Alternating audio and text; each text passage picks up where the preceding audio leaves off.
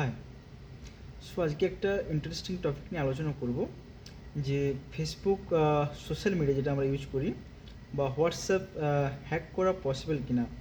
অনেকের কথা হচ্ছে যে আমরা হ্যাকিং শিখে আমরা কি করব, ফেসবুক আর হোয়াটসঅ্যাপ হ্যাক করব। তো তাদের কাছে হ্যাকিং মানে হচ্ছে শুধু ফেসবুক বা হোয়াটসঅ্যাপ হ্যাক বাট এটা অ্যাকচুয়ালি সত্য কথা নয়। হ্যাকিং হ্যাকিং সম্বন্ধে শিখতে গেলে অনেক কিছু আছে, ঠিক আছে? শুধু যে ফেসবুক বা হোয়াটসঅ্যাপের মধ্যে সীমাবদ্ধতা আছে সেরকম কোনো ব্যাপার নেই।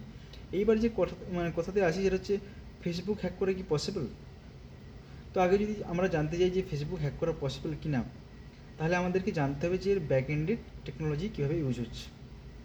তো আমরা কীভাবে ফেসবুক হ্যাক করব, ফেসবুক সার্ভার হ্যাক করব না অ্যাকাউন্ট হ্যাক করব। এবার যদি বলি সার্ভার হ্যাক করব, সার্ভার হ্যাক করতে গেলে আপনাকে অনেক পড়াশুনো করতে হবে এবং তার অনেক লুপহোল খুঁজতে হবে, অনেক উইক পয়েন্ট খুঁজতে হবে।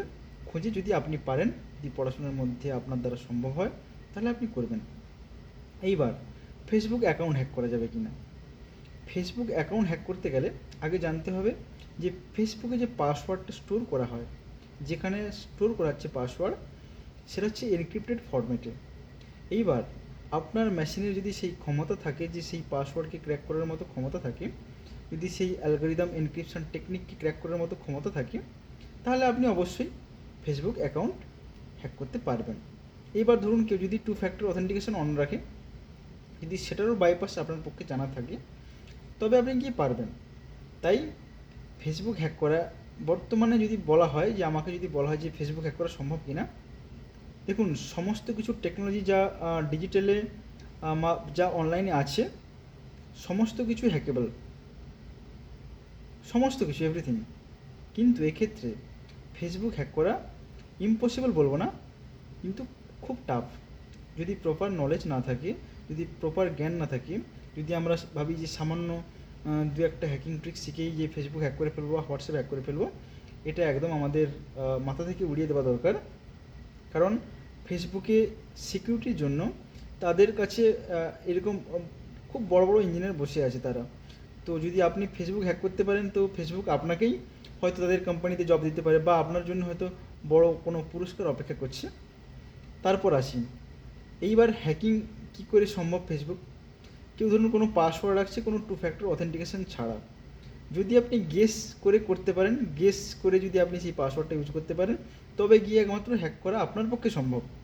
বাকি তো কোনো রকম কোনো ব্রুট ফোর্স বা কিছু ধরনের কোনো টেকনিক ফেসবুকে কাজ করবে না বর্তমান সিচুয়েশানে। সুতরাং যদি ভাবেন যে ফেসবুক হ্যাক করব, এটা একদম ভুলে যান। সেই ফেসবুক হ্যাক করার জন্য আপনাকে সেই পরিমাণ পড়াশুনো করতে হবে এবং সেই পরিমাণ আপনার মধ্যে নলেজ থাকতে হবে। এবার যদি ভাবেন যে আপনি সেরকম কিছু বানাবেন, অবশ্যই বানান। তার জন্য ফেসবুক আপনাকে পে করবে। যদি ফেসবুক আপনি হ্যাক করতে পারেন, ফেসবুক আপনাকে অনেক টাকা পে করবে। সেই ক্ষমতা আগে থাকা দরকার, তারপর ফেসবুক বা হোয়াটসঅ্যাপ এইসব হ্যাক করার কথা ভাববেন।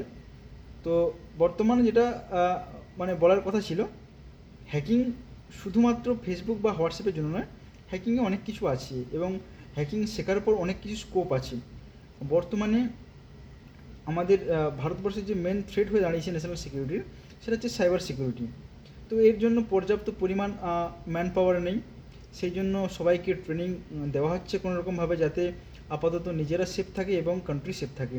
কারণ প্রচুর পরিমাণ ডেটা আমাদের পার ডে লিক হচ্ছে। যেমন ধরুন ডেলি প্রচুর পরিমাণ ফোন কল আসছে আপনার ফোনে কোনো অজানা নাম্বার থেকে, এরকম ব্যাপার হচ্ছে।